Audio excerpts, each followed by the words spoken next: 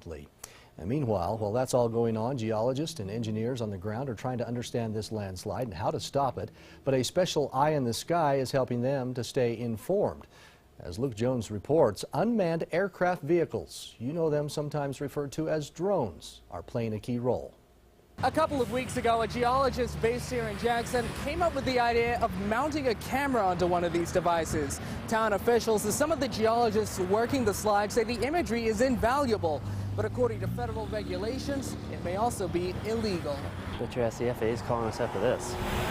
High above the landslide area, We have a range of about 1,000 meters. Jason Rolfe and Case Brown are shooting video.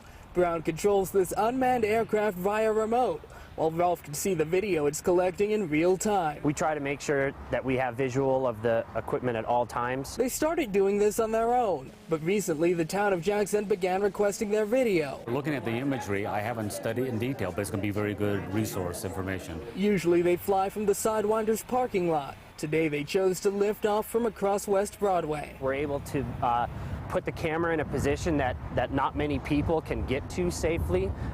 They would literally have to have somebody roped up and rappelling down the face of that slope to be able to see what we can see with the camera. But because the town of Jackson is paying Rolfe and Brown for their footage, the FAA considers this commercial use. And under current guidelines, it's illegal to use unmanned aircraft for commercial purposes. The GEO say they have no plans to stop using this device and hope one day the FAA will see things their way. They'll see that we're doing this for the benefit of the town and for those affected by the landslide, and not strictly doing it for profit. Now the FAA has until the end of next year to hammer out new guidelines that will allow for the commercial use of these devices.